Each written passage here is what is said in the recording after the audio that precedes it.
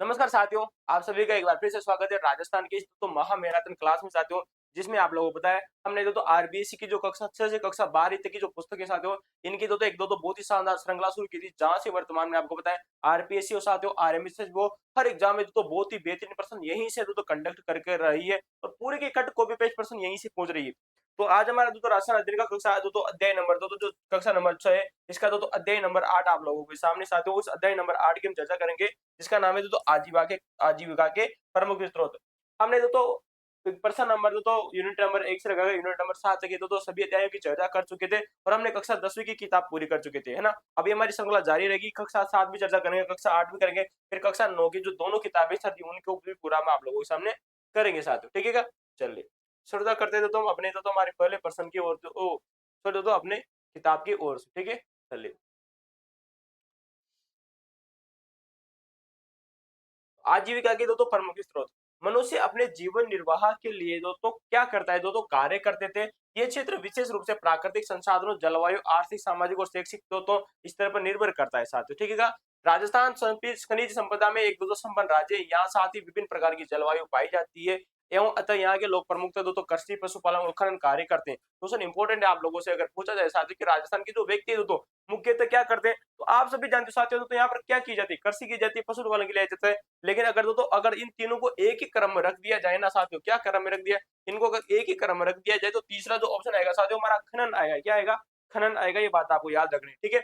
आर्थिक विकास के साथ साथ में पर्यटन उद्योग और सेवा क्षेत्र में भी कार्य करने वालों की संख्या बढ़ रही है साथियों। राजस्थान में कृषि की दशा देखिएगा, राजस्थान का 60% भूभाग मरुस्थल है। आप सभी जानते हो, हमने पिछले वीडियो में आप लोगों को बताया कि जो मरुस्थल है साथियों, इस मरुस्थल में लगभग तुम्हारे 15 जिले आते हैं। कितने जिले आते हैं? 15 जिले आते हैं और यहाँ पर 61 दशमलव आप लोगों को 40% क्षेत्रफल यहाँ पर आप लोगों को देखने को मिलता है। तो लगभग 60% क्षेत्रफल हो जाएगा, ठीक है।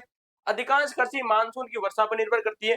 मैंने आप लोगों को पहले भी कहीं बताया कि राजस्थान में जो कृषि होती है साथियों, मानसून की वर्षा पर निर्भर करती है और इसी मानसून इसी करते इसी चलते कि जो कृषि होती है राजस्थान की, जो कृषि साथियों, इस कृषि को मानसून का जुआ कहा जाता है। क्वेश्चन इंपोर्टेंट है साथियों, आप लोगों से याद रखना है कि किसको मानसून का जुआ कहा जाता है। तो राजस्थान में जो कृषि है साथियों, इस कृषि को मानसून का जुआ कहा जाता है। ये बात आपको याद रखनी है। और मैं जितना कहूंगा साथियों उतना अगर आप जल्दी समझ आए राजस्थान की जनसंख्या को समझ जाना चाहिए कि आपकी खेती में अब बहुत ही कम मात्रा में आपका प्रोडक्ट बचा है, यानी कि विकास की संभावना बहुत कम है साथियों।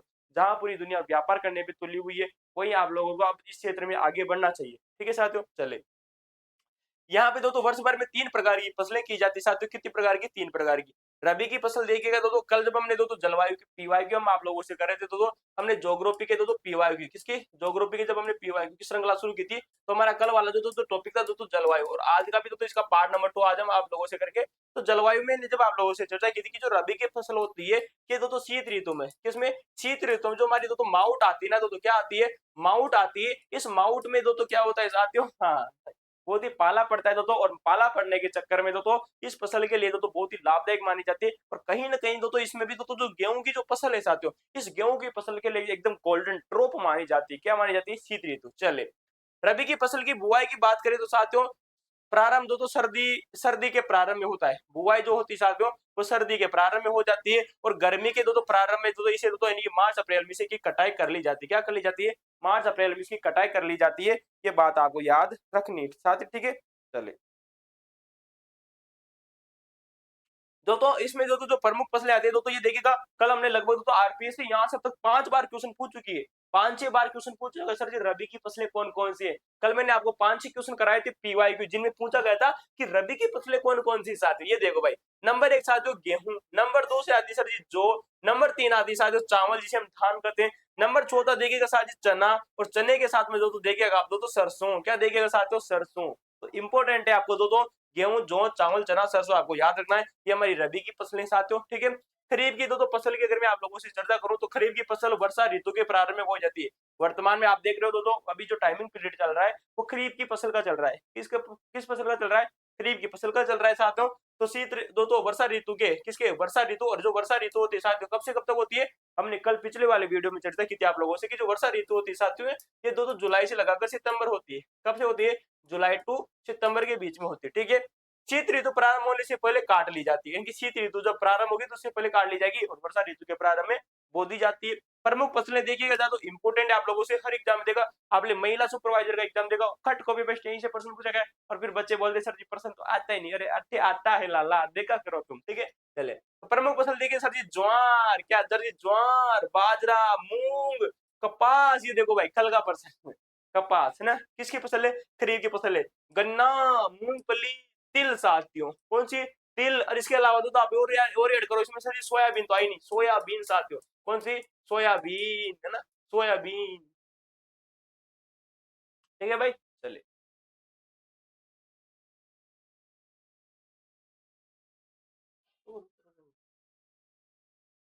रुको रुको रुको लाला, रुको रुको रुको रुको। यहाँ पे चावल इसने कैसे किया भाई, यहाँ पे रुको भाई, एक मिनट चीज देखो, देखो धान जो होती है साथियों, जो चावल होता है, क्या सर जी, क्या चावल रबी की फसल है क्या? अरे चावल तो खरीफ की फसल है ना। लेकिन गौर करना साथियों, यहाँ बहुत अच्छी बात है साथियों, मैंने चावल के बारे में आप एक चीज याद रखिएगा कि यहाँ पर तो इसने तो रबी की फसल दे के रखा है, चावल क्या दे के रखा है, चावल रबी की फसल होता है। जबकि चावल आप सभी जानते हो सामान्यतः खरीफ की फसल है, तो सोयाबीन के साथ में बोई जाती है, क्या मैं तो सोयाबीन के साथ में बोई जाती है। यहाँ पर तो आप इसका कुल तो कटकोर भी देखने का पड़ेगा।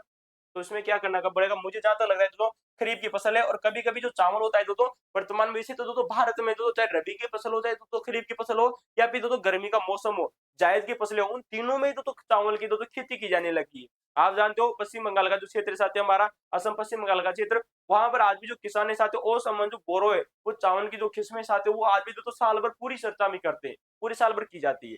तो ये बात आपको याद रखना है। रबी की फसल भी अगर माने तो दोस्तों रबी की फसल भी आपको मान लेना चाहिए, और खरीफ की माने तो खरीफ की मान लेना चावल को, ठीक है भाई। क्वेश्चन इंपोर्टेंट है। चलिए साथियों, बहुत अच्छा प्रश्न क्वेश्चन बने तो भाई एग्जामिनर अगर पूछेगा तो पूछ लेगा भाई, उसमें कोई जरूरी नहीं है। जायद की फसल किसकी फसल है साथियों, बताइए। जायद की फसल, ये फसल दोस्तों मार्च और अप्रैल से दोस्तों जून जुलाई के बीच में ली जाती है, और इसमें दोस्तों खरबूजा, तरबूज, ककड़ी आदि लगाई जाती है साथियों। राजस्थान में कृषि के पिछड़ेपन के कारण क्या क्या हो सकते हैं, इनकी दोस्तों हमारे राजस्थान में कृषि के पिछड़ने के कारण क्या है साथियों, ये जरूरी आपको लोगों से बताए। नंबर एक आता है साथियों प्राकृतिक कारण, कि नेचुरल कारण रीजन क्या है साथियों। बार बार में सूखा पड़ता है, आप लोगों ने देखा इस वर्ष तो बहुत कम वर्षा हुई थी साथियों राजस्थान में, और तो सही टाइम पे वर्षा न होना भी तो बहुत बड़ा रीजन माना जाता है। रेतीली भूमि है साथियों यहाँ से, और तो ऊसर भूमि मानी जाती है, ऊसर भूमि एवं बंजर भूमि, और तो मृदा का अपरदन भी होता है साथियों। तीसरी बात ये दोस्तों कि आर्थिक कारण क्या है दोस्तों, कि राजस्थान में कृषि के पिछड़ने के कारण, क्योंकि किसानों के पास में दोस्तों पैसा नहीं है, निर्धन किसान है साथियों। कैसे किसान है, निर्धन किसान है। उपज का दोस्तों कम मूल्य देखने को मिलता है, कहाँ देखने को मिलता है साथियों, उपज का कम मूल्य देखने को मिलता है दोस्तों। पुरानी तकनीक से दोस्तों कृषि की जाती है साथियों, पुरानी तकनीक से आज भी कृषि की जाती है राजस्थान में, जानते हो, क्योंकि दोस्तों उच्च संसाधन नहीं है साथियों राजस्थान के पास में। पंजाब हरियाणा यूपी के पास जैसे जितने संसाधन है उतने राजस्थान के पास संसाधन नहीं है साथियों। किसानों के साधनों की तो कमी है साथियों, उत्तम खाद बीज की कमी है साथियों, ठीक है। अतः दोस्तों मैं कह सकता हूँ कि आर्थिक कारण भी इंपोर्टेंट है। तीसरा है जो कि संगठनात्मक कारण भी दोस्तों देखने को मिलता है, भूस्वामित्व की दोस्तों समस्या देखने को मिलती है, नीतिगत दोस्तों जो कमजोरियां वो भी दोस्तों देखने को मिलती है। आज अगर हम राजस्थान की बात करें तो कहीं ना कहीं जो राजस्थान है वो भी दोस्तों अपनी संगठनता जो ढांचा है दोस्तों इसमें दोस्तों पिछड़ रहा है साथियों। तो राज्य सरकार उतना दोस्तों कहीं ना कहीं दोस्तों जो व्यक्ति तो तुम्हारे तो प्रमुख फार्मर जो तो हम तो सामान्य किसान कहते हैं, इनके बारे में कुछ तो महत्वपूर्ण मुद्दे उठाती ही नहीं है, कुछ नीतियां लाती ही नहीं। अगर लाती भी है तो सिर्फ कागज पन्नों में रह जाती है, उन्हें वास्तविक तल पर उतारा नहीं जाता है। तो ये दोस्तों राजस्थान में कृषि के पिछड़ने के प्रमुख कारण है, ये बात आपको याद रखना है। प्राकृतिक कारण, आर्थिक कारण, वो संगठनात्मक कारण। राजस्थान में कृषि की विशेषताएं, देश में सर्वाधिक बाजरा, सरसों और गंवार का उत्पादन राजस्थान में होता है। क्वेश्चन इंपोर्टेंट है साथियों, नया डाटा आप लोगों के सामने कि राजस्थान में जो तो कृषि की विशेषता देखेगा कि देश में सर्वाधिक तो बाजरा हो गया, सरसों हो गए, और गुवार का जो उत्पादन है तो राजस्थान में होता है। गुजरात के पश्चात यानी कि तो गुजरात के बाद में सेकंड स्थान पर कौन गए तो राजस्थान।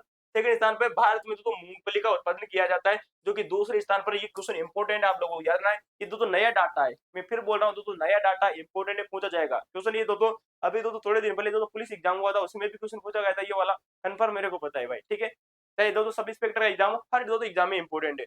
पश्चिमी राजस्थान में बाजरा सर्वाधिक बोया जाता है, आप जानते हो पश्चिमी राजस्थान में जो बाजरा है साथियों सर्वाधिक बोया जाता है। दक्षिणी राजस्थान में तो खाद्यान्न फसलों में तो मक्का की खेती की जाती है। कहाँ की जाती है, मक्का, आप सभी जानते हो साथियों, जो मक्का का जो मक्का है जो तो दक्षिणी राजस्थान में खास करके बांसवाड़ा जो डूंगरपुर का जो इलाका है साथियों, उदयपुर का इलाका, यहाँ पर मक्का सर्वाधिक रूप से की जाती है साथियों। राज्य में के श्री गंगानगर जिले में तो गेहूं के उत्पादन में प्रथम स्थान पर रखता है। श्री गंगानगर जो जिला है साथियों गेहूं के उत्पादन में प्रथम स्थान पर है। पश्चिमी राजस्थान में इंदिरा गांधी नहर से करीबन तो 17.5 लाख हेक्टेयर क्षेत्र में सिंचाई सुविधा का विकास हो चुका है। क्वेश्चन इंपोर्टेंट है, बहुत ज्यादा इंपोर्टेंट है राजस्थान में, कि पश्चिमी जो राजस्थान है साथियों, इसमें जो इंदिरा गांधी जो नहर है हमारी, तो उसके द्वारा जो तो 17.5 लाख हेक्टेयर में सिंचाई की जो सुविधा का विकास हो चुका है। सिर्फ 35% फसलों के क्षेत्र में सिंचाई सुविधा उपलब्ध है, यानी कि राजस्थान में जो तो 35% जो क्षेत्र है ना, फसली क्षेत्र में केवल तो सिंचाई की सुविधा उपलब्ध है। ये बात आपको याद रखना, क्वेश्चन पूछा जाएगा सर जी इंपोर्टेंट है। क्या इंपोर्टेंट है साथियों? इंपोर्टेंट जी डाटा है आपका, कि राजस्थान में सिर्फ 35% तो फसली क्षेत्र में सिंचाई सुविधा उपलब्ध है साथियों, याद रखना, ठीक है। कुल सिंचित तो क्षेत्र के 66% क्षेत्र की सिंचाई कुएं और नलकूपों से होती है, यानी कि राजस्थान में जितना भी अभी देखा, ये 35% क्षेत्र है। इस 35% को अगर मैं पुनः 100% मान लू, पुनः 100% मान लो, तो इस 100% में यानी कि कुल सिंचित क्षेत्र के लगभग 66% क्षेत्र की जो सिंचाई है वो कुएं और नलकूप यानी कि ट्यूबवेल के द्वारा होती है। किसके द्वारा होती साथियों? कुएं, नलकूप और ट्यूबवेल के द्वारा होती है। ये बात आपको याद रखना है। नहरों के द्वारा, किसके द्वारा साथियों? नहरों के द्वारा करीबन 33% सिंचाई यहाँ पर होती है, और तालाबों के द्वारा सिंचित बहुत कम होती तालाबों के द्वारा, ठीक है। ये बात आपको याद रखनी। चलिए, इंपोर्टेंट डाटा था साथियों यार, 66% वाला। राजस्थान में पशुपालन, राजस्थान के मरुस्थलीय और पर्वतीय क्षेत्रों में कम वर्षा और कठिन भौगोलिक परिस्थितियों के कारण पशुपालन ही जीविका का प्रमुख सहज माना जाता है। इन क्षेत्रों में कृषि के अवसर तो सीमित है ही, और औद्योगिक रोजगार के जो अवसर भी पर्याप्त नहीं है साथियों। ऐसी स्थिति में ग्रामीण लोगों का को पशुपालन से रोजगार के साथ साथ में तो आवश्यकता की कई वस्तुएं प्राप्त होती है। पशुपालन की दृष्टि से राजस्थान का देश में दूसरा स्थान है साथियों। कैसा है दोस्तों? कि पशुपालन की दृष्टि से दोस्तों राजस्थान का दोस्तों हमारे भारत देश में कैसा स्थान है दोस्तों? दूसरा स्थान है। राजस्थान में भारत का दोस्तों लगभग दोस्तों 11.27% पशुधन पाया जाता है। इंपोर्टेंट डाटा है आप लोगों के लिए साथियों। क्वेश्चन पूछा जाएगा आप लोगों से, क्या क्वेश्चन पूछा जाएगा कि जो राजस्थान है साथियों, इसका दोस्तों पूरे भारत में जितने भी पशु पाए जाते हैं साथियों, पशु पक्षी जो पाए जाते हैं, पशु पाए जाते हैं, पक्षी नहीं साथियों, पशु, तो उनमें लगभग तो दूसरा स्थान है। और कितना प्रतिशत है साथियों? 11.27% है। डाटा याद रखना इंपॉर्टेंट है साथियों, ठीक है। चले, मरुस्थलीय और पर्वतीय क्षेत्र के अलावा संपूर्ण राजस्थान के अधिकतर किसान खेती के साथ साथ में पशुपालन भी करते हैं साथियों, ठीक है। यानी कि पर्वतीय क्षेत्र के अलावा, गौर करना, बहुत अच्छा डाटा है साथियों, कि दोस्तों मरुस्थलीय और पर्वतीय क्षेत्र के अलावा साथियों, किसके अलावा साथियों? मरुस्थलीय और पर्वतीय क्षेत्र के अलावा साथियों संपूर्ण राजस्थान में अधिकतर जो किसान है साथियों, खेती के साथ साथ में पशुपालन भी किया जाता है, ठीक है। चले, राजस्थान के पालतू पशु देखिएगा। पशुपालन की दृष्टि से राजस्थान में गाय, बैल, भैंस, बकरियां, ऊंट, भेड़े, घोड़े, गधे आदि पाले जाते हैं। राजस्थान के मरुस्थलीय प्रदेश में ऊंट, बकरियां, भेड़ पालन बहुत ऐसे किया जाता है।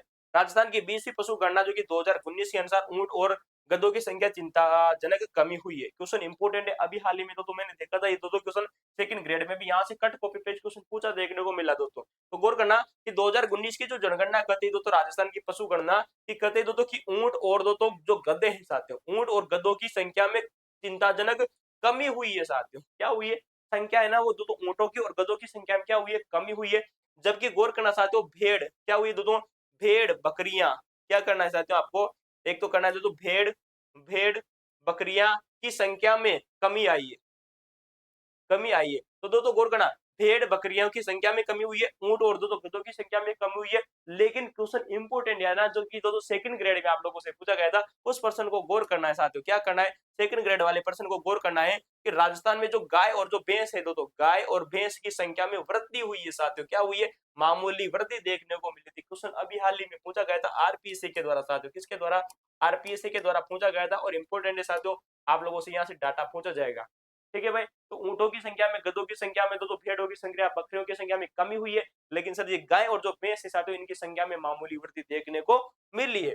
राजस्थान में जो मुर्गी पालन साथियों, तो पोल्ट्री फार्मर कहते हैं, तो पोल्ट्री फार्मिंग व्यवसाय भी तो तेजी से बढ़ रहा है। यानी कि तो राजस्थान में जो मुर्गियों का जो पालन किया जा रहा है साथियों, ये तो तेजी से व्यवसाय बढ़ रहा है, ठीक है। चलिए, इंपोर्टेंट डाटा था, याद रखिएगा।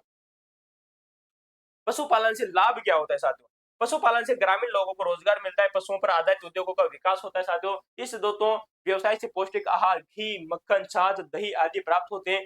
डेयरी और ऊन परिवहन तो चमड़ा, चारा आदि उद्योगों के विकास को प्रोत्साहन मिलता है। इसके अलावा बड़े पैमाने पर पशु उत्पादन से विदेशों में भी तो निर्यात किया जाता है। पशु उत्पादकों को विदेशों में निर्यात किया जाता है। ये भी बात आपको याद रखनी साथियों, ठीक है। पशुपालन में समस्या है, पशुपालक दोस्तों निर्धनता के कारण पशुओं को पौष्टिक आहार और दोस्तों सही इलाज नहीं दे पाते। एकदम सही बात है दोस्तों, क्योंकि दोस्तों निर्धन है दोस्तों, राजस्थान के जितने भी तो पशुपालक जो व्यक्ति दोस्तों बहुत कहीं कहीं ना कहीं दोस्तों निर्धन है। अगर निर्धन है तो उनको पौष्टिक आहार नहीं दे पाएंगे साथियों, सही तरीके से उनको तो खाद्य बादाम मूंगफली जो भी आप समझ सकते हो वो नहीं दे पाएंगे, और सही उनका इलाज नहीं दे पाएंगे साथियों।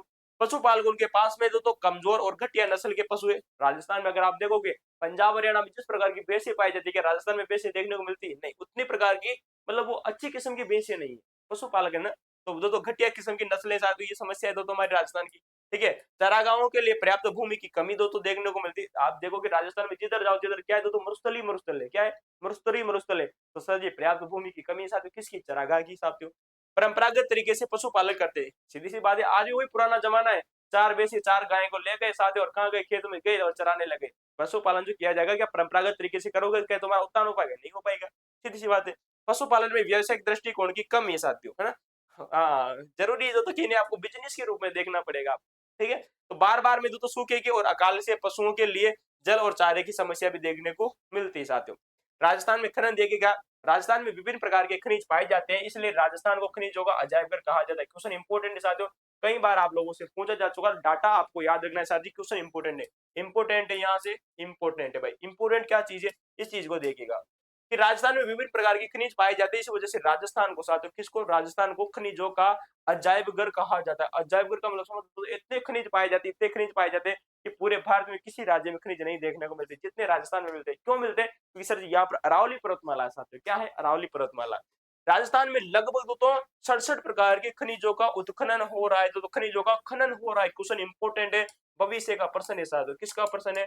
भविष्य का प्रश्न है। क्वेश्चन आप लोगों से पूछा जाएगा कि राजस्थान में वर्तमान में कितने प्रकार के खनिजों का उत्खनन हो रहा है साथियों, खनन हो रहा है। तो लगभग 67 प्रकार के खनिजों का उत्खनन हो रहा है साथियों। राजस्थान की अगर मैं आप लोगों से चर्चा करूं साथियों, तो राजस्थान में सर्वाधिक उपलब्ध खनिज रॉक फॉस्फेट है। क्वेश्चन पूछा जाए कि राजस्थान में सर्वाधिक उपलब्ध जो खनिज, उसका नाम है सर जी रॉक फॉस्फेट। क्या नाम है सर जी? Rock phosphate. और ये क्वेश्चन अभी हाल ही में सेकंड ग्रेड के जीके के पेपर में देखने को मिला था साथियों। ठीक है, शीशा, जस्ता, जिप्सम, चांदी और संगमरमर आदि के उत्पादन में भी राजस्थान का एकाधिकार है साथियों। किसका? शीशा हो गया, जिसे हम लेड कहते हैं। ठीक है, जस्ता हो गया साथियों। ठीक है, जिप्सम हो गया, चांदी हो गई, संगमरमर आदि के उत्पादन में राजस्थान का एक ही अधिकार है। राजस्थान में सर्वाधिक चांदी पाई जाती है भाई। ठीक है, ऑप्शन नंबर ये भी सही है भाई। ठीक है, चूना पत्थर और टंगस्टन, अब्रक और तांबा आदि इमारती पत्थर अन्य महत्वपूर्ण खनिज माने जाते हैं साथियों। ठीक है, चूना पत्थर, टंगस्टन वगैरह। ठीक है, चलिए, राजस्थान में खनिज की उपलब्धता के देखते हुए खनिज आधारित नए उद्योगों की स्थापना काफी अवसर है। यही कारण है कि राज्य सरकार प्रदेश में खनिज आधारित उद्योगों की स्थापना को प्रोत्साहन कर रही है साथियों। ठीक है, राजस्थान में अवैध बजरी खनन की समस्या निरंतर बढ़ रही है। अवैध खनन से अरावली पर्वतमाला की कई पहाड़ियां पूरी तरह से गायब हो चुकी है और गंभीर पर्यावरणीय दुष्परिणाम देखने को मिल रहे हैं। क्योंकि तो अगर आप खनन करोगे, देखिए खनन कहाँ देखने को मिला साथियों? अरावली पर्वतमाला में। अगर अगर आप अरावली पर्वतमाला को ही खत्म कर दोगे साथियों, जिस चीज को तुम, जिस वजह से तुम बचे हुए हो, उस चीज को अगर तुम खत्म कर दोगे तो तुम भी खत्म हो जाओगे, सीधी सी बात है। तो पर्यावरणीय समस्या तो आपको देखनी ही पड़ेगी। ठीक है, चलिए, आजीविका, रोजगार, जीवन निर्वाह हेतु किया जाने वाला जो कार्य है वो आजीविका कहलाता है। अतिवृष्टि का मतलब होता है अत्यधिक वर्षा होना साथियों। निर्यात का मतलब है कि देश से पशुओं को अन्य देशों में भेजना। ठीक है, रबी की प्रमुख फसल का कौन सी वो आपको बताना है साथियों। तो मक्का होगी साथियों, कपास होगी, गेहूं होगी, बाजरा होगा। तो ऑप्शन नंबर जो डी वो हमारा हो जाएगा गेहूं। एक प्रकार से क्या है? रबी की फसल है। ठीक है, मृस्थलीकरण, राजस्थान में सर्वाधिक बोया जाने वाला खाद्य पदार्थ कौन सा है? मृस्थलीय, राजस्थान में बोया जाने वाला जो सर्वाधिक खाद्यान्न वो क्या होता है क्या गेहूं है साथियों, क्या चावल है साथियों, या बाजरा है साथियों, या मक्का है? तो ऑप्शन नंबर बी हो जाएगा साथियों, बाजरा। ठीक है, मक्का कहाँ किया जाता है साथियों? दक्षिणी राजस्थान। कहाँ किया जाता है मक्का? दक्षिणी राजस्थान में। ठीक है साथियों, बांसवाड़ा इलाका। ठीक है, तो ये था आज के हमारे पार्ट नंबर 8 आजीविका के प्रमुख साधन चर्चा करेंगे हम नेक्स्ट यूनिट की। और हमने कक्षा 7वीं, कक्षा 8वीं, कक्षा 9वीं, कक्षा 10वीं, कक्षा 9 की 2 किताबें, कक्षा 10वीं की 2 किताबें, कक्षा 11वीं की दो किताबें, कक्षा 12वीं की 2 किताबें, सभी किताबों का बहुत ही शानदार तरीके से अध्ययन करेंगे। बाकी आज के लिए इतना ही। धन्यवाद साथियों।